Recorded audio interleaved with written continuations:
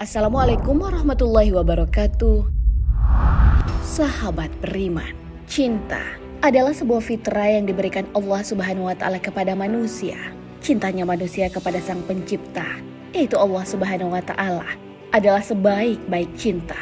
Alangkah indahnya apabila manusia menjalin hubungan dengan Allah Subhanahu wa taala atas dasar cinta. Lantas, bagaimana kita menjalin hubungan dengan Allah? Mungkinkah manusia bisa melihat wujud Allah Subhanahu wa taala? Bagaimana manusia bisa mencintai padahal tidak pernah melihat Allah?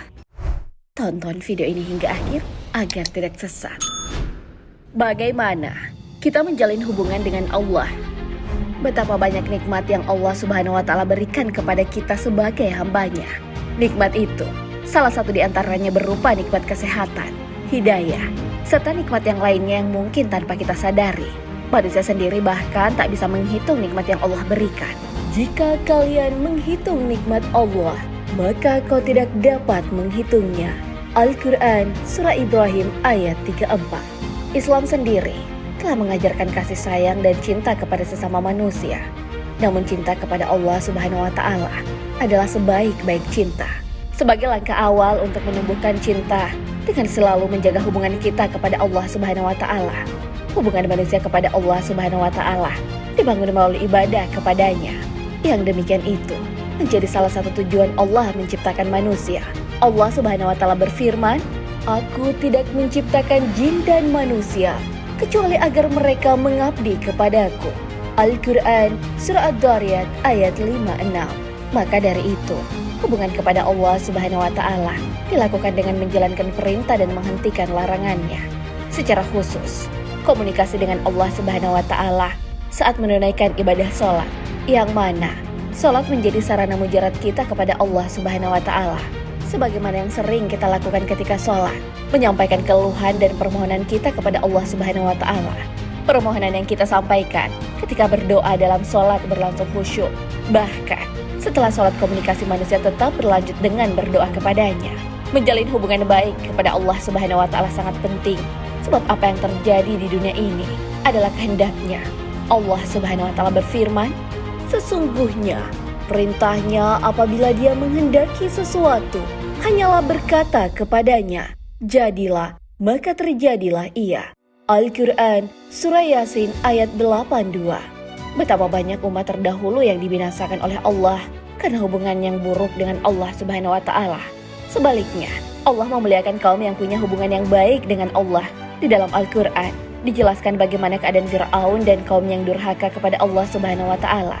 Allah Subhanahu wa taala berfirman kepada Fir'aun dan para pemuka kaumnya, tetapi mereka angkuh dan mereka memang kaum yang sombong. Al-Quran Surah Al-Mu'minun ayat 46.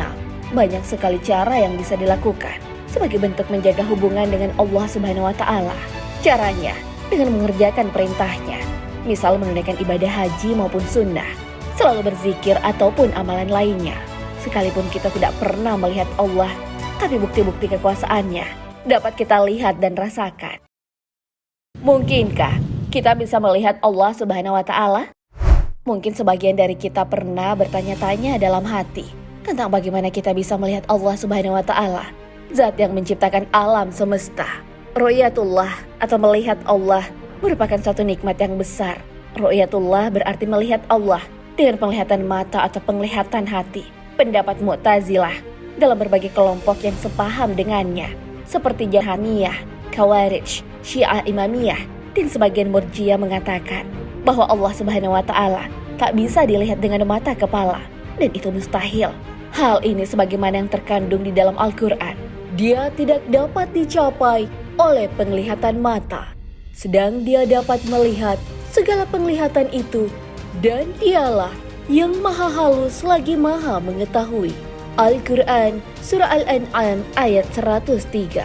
Ayat tersebut berupa pujian kepada Allah Subhanahu wa taala bahwa Allah tak bisa dilihat dengan mata. Qadi Abdul Jabbar berkata dalam kitabnya Syarah Ushul Al-Kamsah bahwa Allah Subhanahu wa taala menafikan al-idrak atau pencapaian dengan penglihatan mata. Ini menunjukkan bahwa Allah Subhanahu wa taala tak bisa dilihat oleh pandangan mata kapanpun dan dimanapun juga. Jangankan manusia, permintaan Nabi Musa alaihissalam untuk melihat Allah Subhanahu wa taala juga tidak dikabulkan. Ini dijelaskan di dalam Al-Quran. Dan tatkala Musa datang untuk munajat dengan kami pada waktu yang telah kami tentukan. Dan Rob telah berfirman, berkatalah Musa, ya Robku, nampakkanlah kepadaku agar aku dapat melihat kepada engkau. Rob berfirman, kamu sekali-kali tak sanggup untuk melihatku. Tapi lihatlah ke bukit itu, maka jika ia tetap di tempatnya, niscaya kamu dapat melihatku. Tatkala Robnya menampakkan diri kepada gunung itu, dijadikannya gunung itu hancur luluh, dan Musa pun jatuh pingsan. Maka setelah Musa sadar kembali, dia berkata, Maha suci engkau, aku bertaubat kepada engkau, dan aku orang pertama-tama beriman. Al-Quran, Surah Al-A'raf ayat 143. Maka kita bisa pahami bahwa kalau tidak dapat dilihat oleh Nabi Musa, juga selamanya tak bisa dilihat oleh manusia yang lainnya. Permintaan melihat Allah Subhanahu wa Ta'ala bahkan dianggap sebuah kezaliman. Hal ini seperti yang dialami oleh Bani Israel yang meminta kepada Nabi Musa agar diperlihatkan wujud Allah Subhanahu wa Ta'ala. Mereka berkata, perlihatkanlah Allah kepada kami dengan nyata. Maka mereka disambar petir karena kezalimannya. Al-Quran, Surah An-Nisa ayat 153. Ayat tersebut menggambarkan azab Allah Subhanahu wa Ta'ala kepada orang yang meminta melihatnya. Maka dari itu, dapat disimpulkan bahwa ru'yatullah atau melihat Allah di dunia merupakan sesuatu yang mustahil. Kendati demikian, kita tetap mengimani tanda-tanda dan kebesaran Allah Subhanahu wa Ta'ala. Lalu bagaimana bisa cinta padahal tidak pernah melihat Allah? Perihal cinta, Imam Al-Ghazali mengatakan, cinta adalah suatu kecenderungan terhadap sesuatu yang memberikan manfaat. Jika kecenderungan tersebut mendalam dan menguat, maka ia dinamakan rindu. Para kalangan sufi menganggap mahabbah sebagai modal awal untuk menjalin komunikasi kepada Allah Subhanahu wa Ta'ala. Karena itu, cinta kepada Allah Subhanahu wa Ta'ala merupakan tingkatan puncak dari rangkaian tingkatan dalam tasawuf. Tasawuf sendiri adalah ilmu untuk mengetahui bagaimana cara menyucikan jiwa, menjernihkan akhlak, membangun lahir dan batin, serta untuk memperoleh kebahagiaan yang abadi. Tentang muhabbah dijelaskan di dalam kitab suci Al-Quran. Allah Subhanahu wa Ta'ala berfirman, katakanlah, jika kamu benar-benar mencintai Allah, ikutilah aku, niscaya Allah mengasihi dan mengampuni dosa-dosamu. Allah Maha Pengampun lagi Maha Penyayang. Al-Quran, Surah Al-Imran ayat 31. Akan tetapi, untuk menemukan cinta Allah Subhanahu wa Ta'ala, kita perlu terlebih dahulu membaca Al-Quran, kemudian memahami kandungan dan maksudnya. Cinta kita kepada Allah Subhanahu wa Ta'ala juga dalam wujud tekun melakukan ibadah wajib maupun sunnah. Selain itu, kita harus lebih mendahulukan apa yang dicintai Allah Subhanahu wa Ta'ala daripada cinta hawa nafsu.